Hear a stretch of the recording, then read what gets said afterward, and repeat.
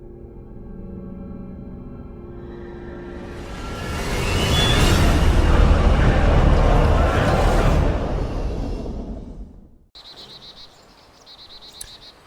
guys, Kdwolf here, and what I'm going to be showing you guys today is the new experimental push.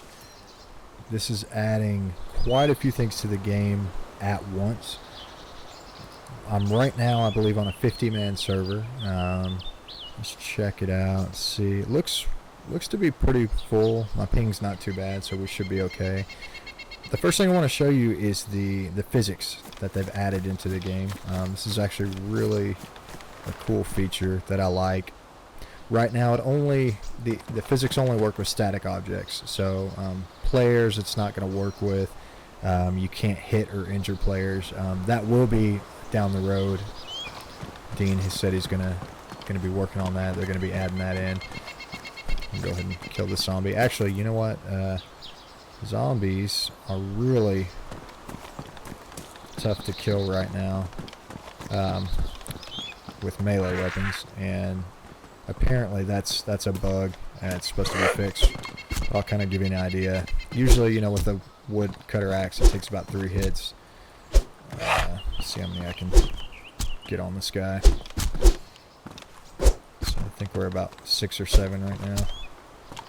And it's just pretty ridiculous. Let me go ahead and get a gun out. And I'll take this dude out. Okay, so first thing I want to show you, which is really cool, it's one of my favorite things so far, is the physics. Let's see, let's throw a saline bag. Now this, one thing you want to note, this only works with one-handed items right now. So you're not going to be able to throw like axes or knives or anything like that. So the hotkey for this is G, and you can hold it to get a longer throw. I'm just going to charge it up. And there it goes. So it is a little it's a little laggy right now. So it's server side though, so it's not client side. So don't worry about your game getting messed up or anything. Okay, so I'm gonna throw it again. Let's throw it at this wall and see what happens.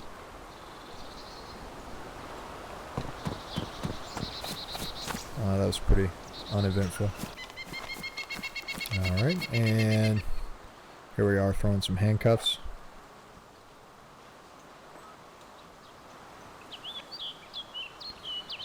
And let's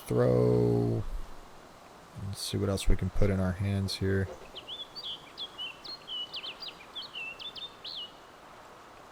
We can throw a sewing kit. See if we can throw it at the ground here.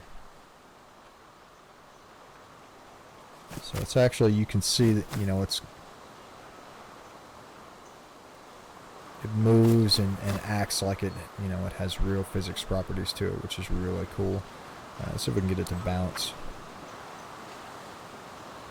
Okay, that's gone. So another thing I want to show you guys is the mouse controls. So what they've done is they've set everything at a 1-to-1 ratio, which means your character is going to turn, or his head is going to turn as fast as you can move your mouse. So this helps a lot of people with the higher DPI mouses, mouses, what? It's going to help out people with that a lot. There's a lot of people that actually wouldn't play the game until they fix that. I am very fortunate to own a $13 Walmart mouse, so you know, that's what I've been playing on. So I never really had any issues with that. I'm going to try to show this to you as best I can. This is actually really cool.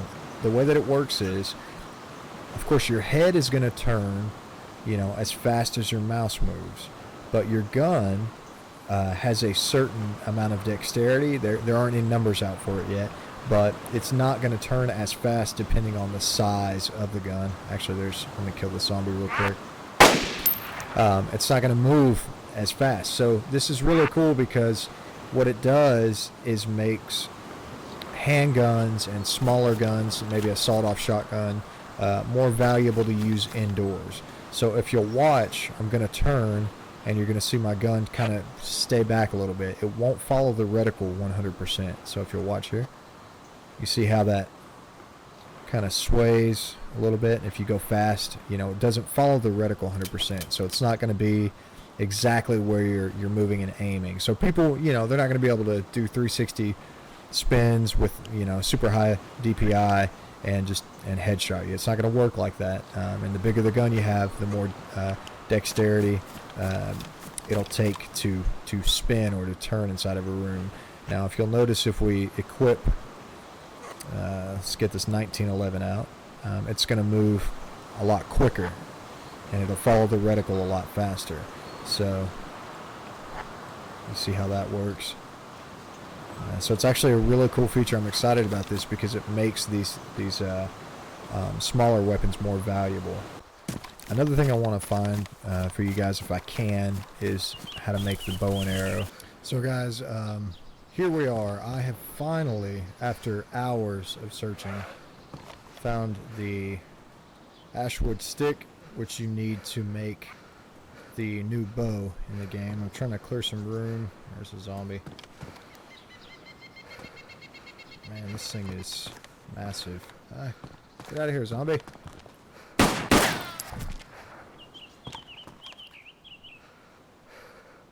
There we go. Alright, so this is the ashwood stick. Some firm but flexible wooden stick. It's very tough to find. I went through Cherno, I went through Berezino, I went through a lot of different places to find this, and I found a ton of sticks, but I just could not find that. I'm actually going to make it in here. I'm right outside of Electro right now, but I'm on a 50-man server, so I don't want to get killed before I make this and show you guys. That would be very unfortunate. So what you're going to want to do is you're going to combine some rope with the ashwood stick.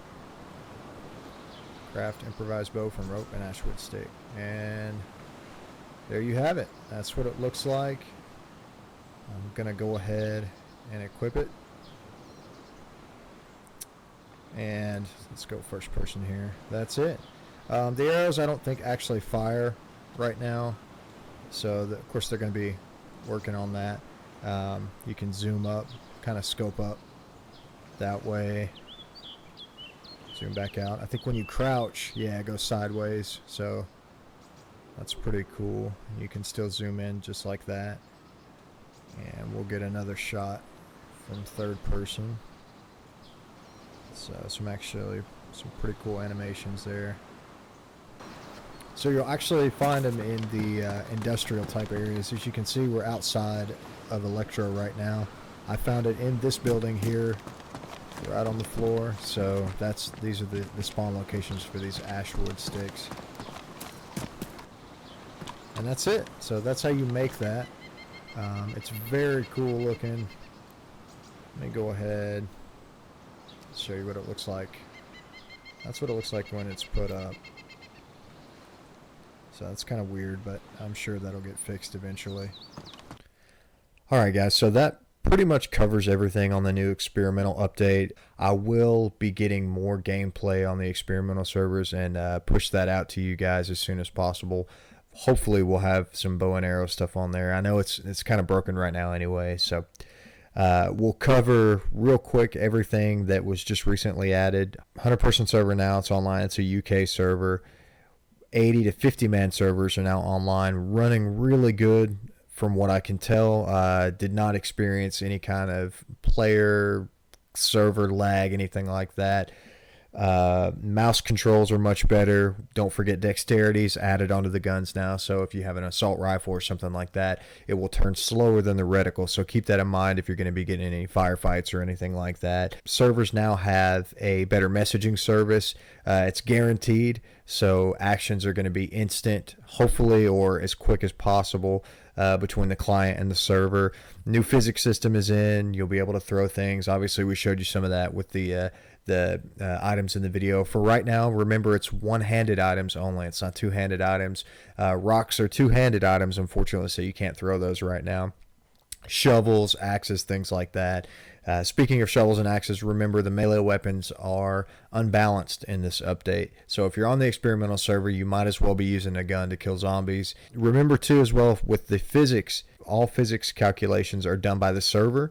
Client FPS has no impact. So your computer, however good or bad it is not going to have any effect on the physics system. So when you see it, when you throw it through the air and you see it kind of glitch into a landing position, it doesn't have anything to do with your computer. It's going to be the server itself, not the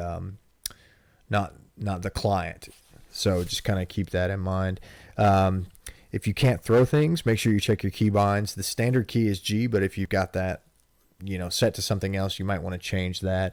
Also, this is kind of cool. I didn't really realize that the current ongoing lunar eclipse that's going on, the tetrad, or the blood moon as they're calling it, is visible in game. So check that out. That'll tie into the day and night cycle. They've got it set at maximum speed right now for testing purposes. So when I went on the servers, it was about I'd probably say 10 to 15 minutes for day and night cycles, which is not too bad. Eventually server admins will be able to change that to maybe 2 hours day, 1 hour night, whatever they want to do. Things that you throw, they're only going to be able to collide with static objects, so you're not going to be able to hit anything with them right now. Just terrain, things like that, not zombies or players right now. The bow and arrow, of course, we covered that. The recipe is going to be the ashwood stick, which so far I've not been able to find, and the rope. The bow and arrow is not configured properly right now, so it's kind of working, kind of not, from what I can tell. There's also supposedly a desync problem between the day and night time servers between clients, so kind of keep that in mind. Thanks again, guys, for watching. This has been Kdwolf with the new experimental update. If you like the video, there's definitely more where that came from.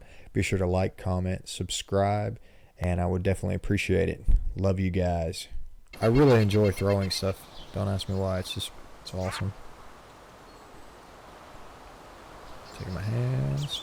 Oh.